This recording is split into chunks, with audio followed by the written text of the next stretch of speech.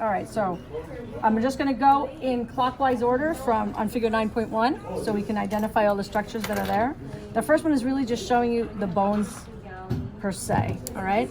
So the names of the bones. In your textbook, in your lab manual, you'll have the tables. And I won't ask you for the name of the bone unless it just has nothing of the bony marking that you have to know, okay? Because if not, I'll expect you to know the marking. On figure 9.1, figure A, I'm just gonna follow clockwise the names of the different bones and the structures, okay? So, we're gonna start with the frontal bone, okay? And there you can see the suture then that would be between the frontal bone and the parietal bone, okay? So this one that's forming like the crown, like a coronal section, this is called the coronal suture. Shoot, I was supposed to follow the order. I don't even listen. So, frontal bone, okay? This that we see here is the greater wing of the sphenoid bone. A little box right here, that would be your lacrimal bone, where the tear duct goes through. So where that tear duct goes through is called the lacrimal fossa. Okay. This is your nasal bone, your zygomatic bone, your maxilla. On the maxilla and the mandible, okay, you're gonna have the holes that the teeth fill in, okay? So that's called the alveolus, in singular, alveoli, okay? So the alveolar processes then are going to be where those teeth go in, so these bumps that we see there, okay? Those are gonna be then your alveolar processes. So that's the maxilla, that's the mandible. On the mandible, we can see several things. We've got this first one. Well, actually, what do I have first? I have the alveolar processes. I'm going to have the mental foramen there, okay? We're going to have this one that sticks out there. That's your coronoid process. Your mandibular angle. So that's the coronoid process of the mandible. This is the mandibular angle, okay? This branch that's coming up is the mandibular ramus. Mandibular notch, and that right there is a condyle, so that's the condylar process. Okay, all of this is the condylar process of the mandible.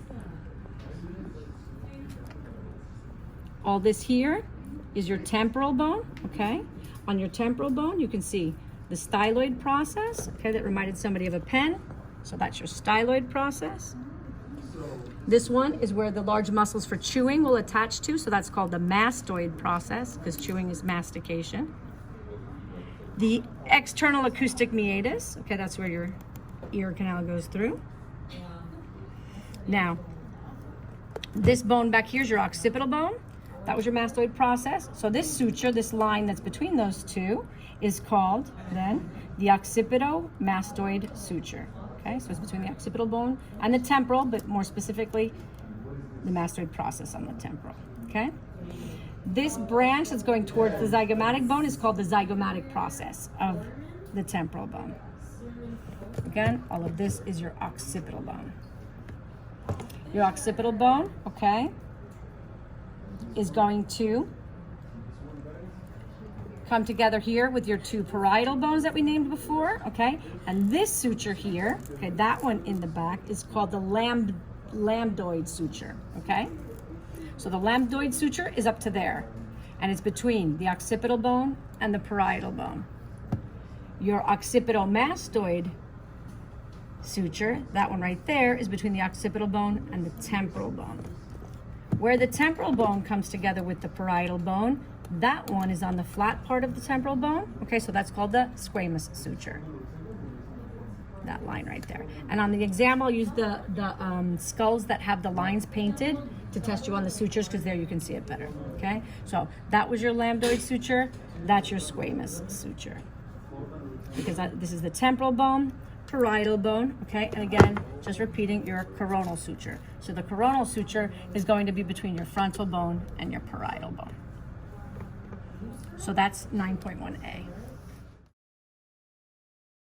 Your 9.2, the inferior view of the skull, and the mandible's been removed, okay?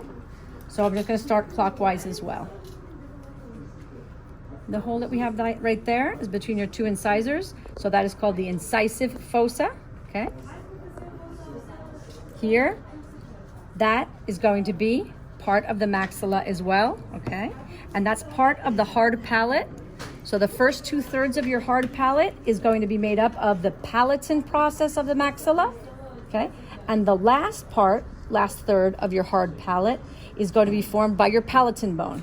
And that's the horizontal plate of your palatin bone. Now, the maxilla and the palatin bones during development are actually two bones, and they have to come together and fuse. So this suture here, okay, if it's joining the two halves of the maxilla, that's called the intermaxillary suture, that line right there. If it's what's connecting the two halves of the palatin bone, it's the median palatin suture.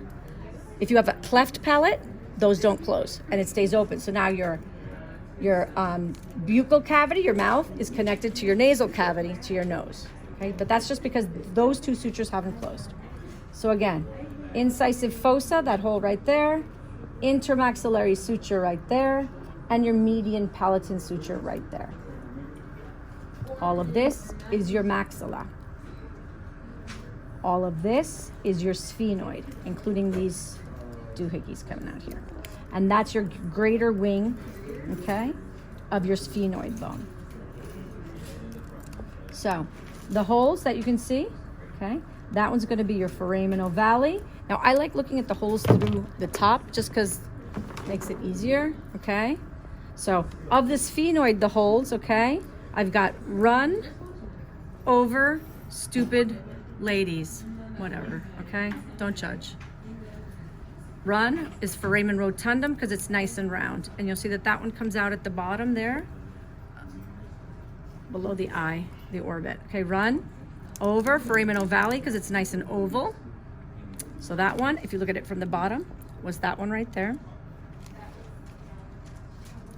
Stupid is the spinosum, foramen spinosum, because that's got a nice little, looks like a spine pricked through it, okay? And the last one, foramen lacerum, is the big one more medial to the ovale, and that one is going to be, because it looks like it was lacerated, okay? Foramen ovale right there, okay? Your foramen spinosum is that one right there. Your foramen lacerum is that one right there.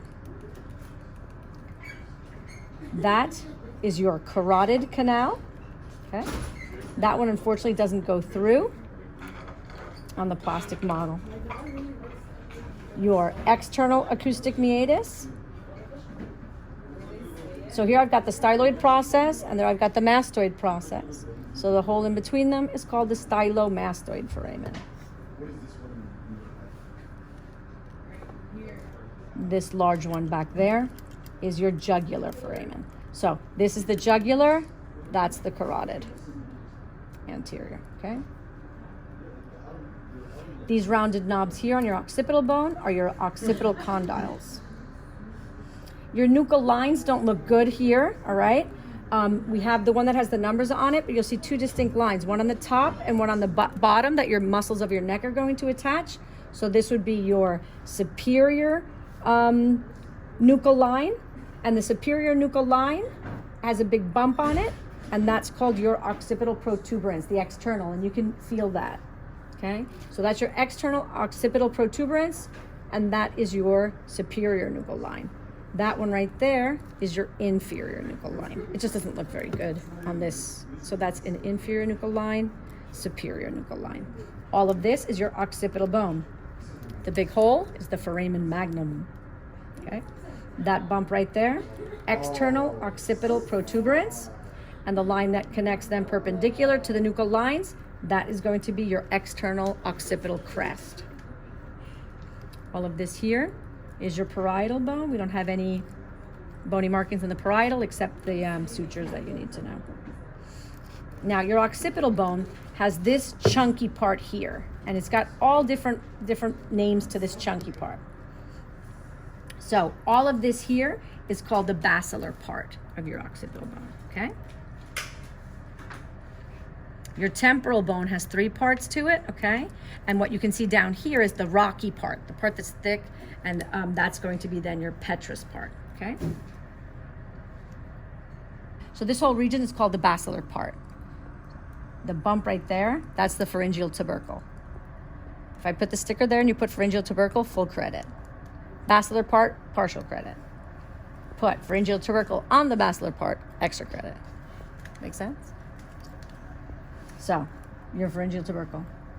All of this is your temporal bone, okay? And again, this portion here is your petrous part, the part that's like a stone. Your mastoid process on the temporal bone, okay?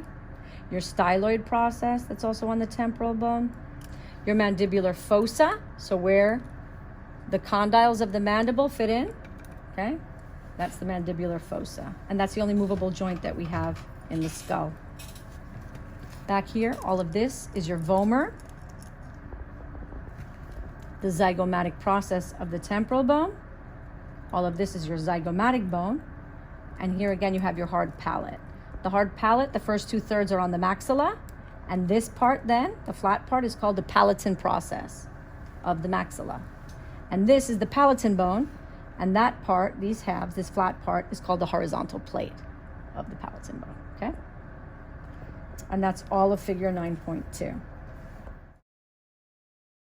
Figure 9.3, in the internal anatomy of the inferior portion of the skull. This part is called the calvaria. So we take off the skull cap, or the calvaria, and now we can look at the different parts, okay? So all of this is your frontal bone. This triangle here, all of this is the top part of the ethmoid bone, okay? And the little holes, you can't see it very well here on this one, but on the skull that has the lines, when you get a real skull and you look at this portion, the rest of the bone looks kind of smooth. And then all of a sudden you've got these teeny weeny little holes here, and it looks very like somebody took a needle and pricked it. It looks very porous. The little holes are called the cribriform foramina. So foramina means little holes. And those cribriform foramina are on this flattened surface of the ethmoid, which is called the cribriform plate. Your nerve endings for your nose pass directly from the nose through the ethmoid. So you've got all these little things coming in there, okay? And that's how you get your sense of smell. So it passes, so on the cribriform plate, you've got little holes that are the cribriform foramina, okay? The holes, you're gonna have optic canal, foramen rotundum, foramen ovale, foramen lacerum, foramen spinosum, hypoglossal canal, okay? If I look at the skull, it's got like 3 ledges, okay? And those are called the cranial fossa. So I'm gonna have the anterior cranial fossa, middle cranial fossa, and the posterior cranial fossa. So now I'm coming around, I'm at 6 o'clock, the foramen magnum. All of this is your occipital bone. Again, this is your posterior cranial fossa. This big hole here is your jugular foramen. Internal acoustic meatus. Again, all of this is your petrous part of your temporal bone. This indentation is your middle cranial fossa. All of this here and the sphenoid bone reminded somebody of a camel saddle, okay? So the whole structure with the reins and the back of the saddle, all of this is called the sella turcica. So you know Spanish, silla turca, it's like a Turkish saddle. So different parts of it. Now the only thing that they've left that you need to name is this indentation here. So this is the hypophyseal fossa.